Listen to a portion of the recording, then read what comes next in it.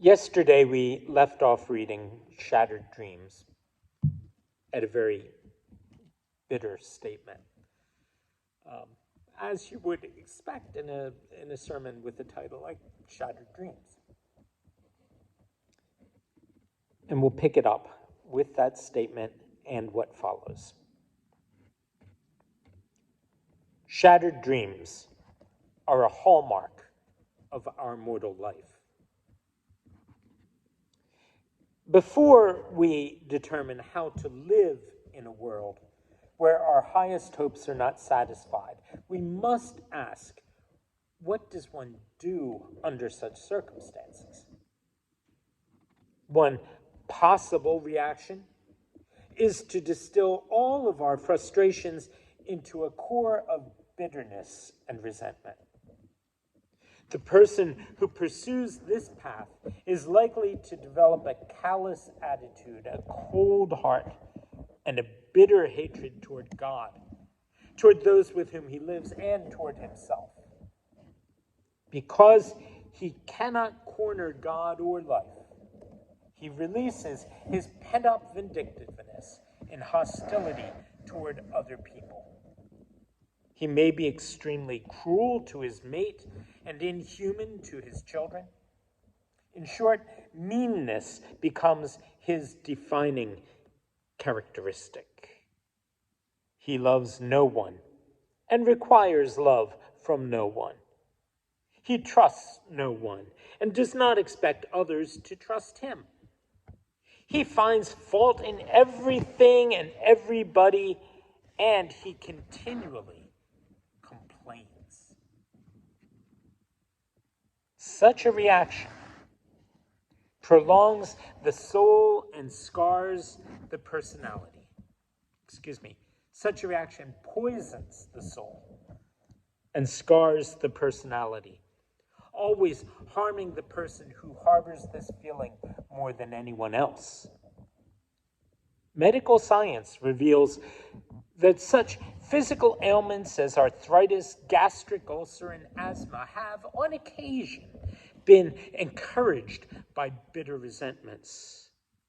Psychosomatic medicine, dealing with bodily sicknesses which come from mental illnesses, show how deep resentment may result in physical deterioration. Another common reaction by persons experiencing the blighting of hope is to withdraw completely into themselves and become absolute introverts. No one is permitted to enter into their lives, and they refuse to enter into the lives of others. Such persons give up the struggle of life, lose their zest for living, and attempt to escape by lifting their minds to a transcendent realm of cold indifference.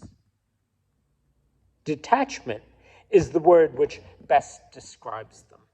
Too unconcerned to love and too passionless to hate. Too detached to be selfish, and too lifeless to be unselfish. Too indifferent to experience joy and too cold to experience sorrow. They are neither dead nor alive. They merely exist. Their eyes do not see the beauties of nature. Their ears are insensitive to the majestic sounds of great music, and their hands are even unresponsive to the touch of a charming little baby. Nothing of the aliveness of life is left in them, only the dull motion of bare existence. Disappointed hopes lead them to a crippling cynicism, such as Omar Khayyam described. The worldly hope men set their hearts upon turns ashes, or it prospers, and anon, like snow upon the desert's dusty face, lighting a little hour or two, is gone.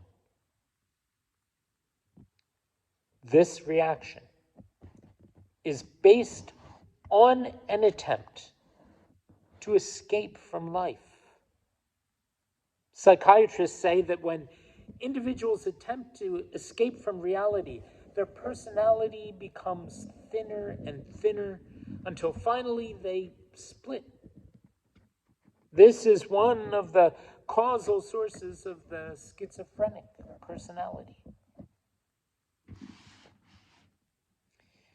A third way by which persons respond to disappointments in life is to adopt a fatalistic philosophy, stipulating that whatever happens must happen, and that all events are determined by necessity.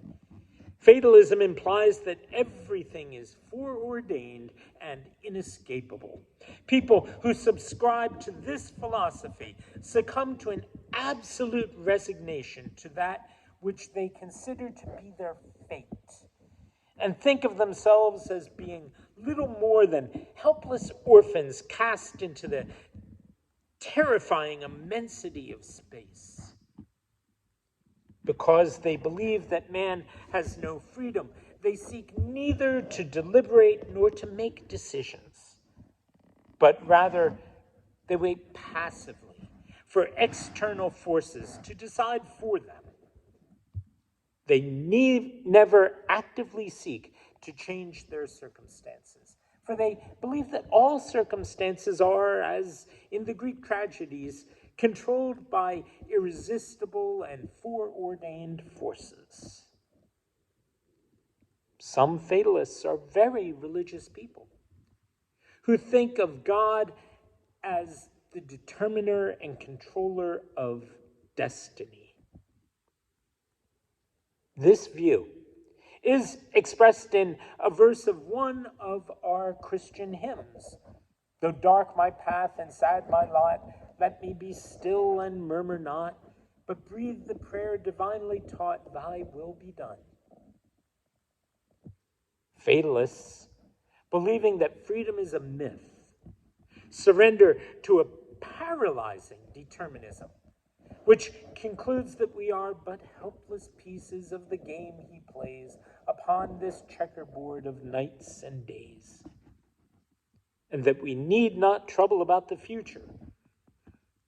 For the moving finger writes, and having writ moves on, nor will all your piety nor wit shall lure it back to cancel half a line, nor all your tears wash out a word.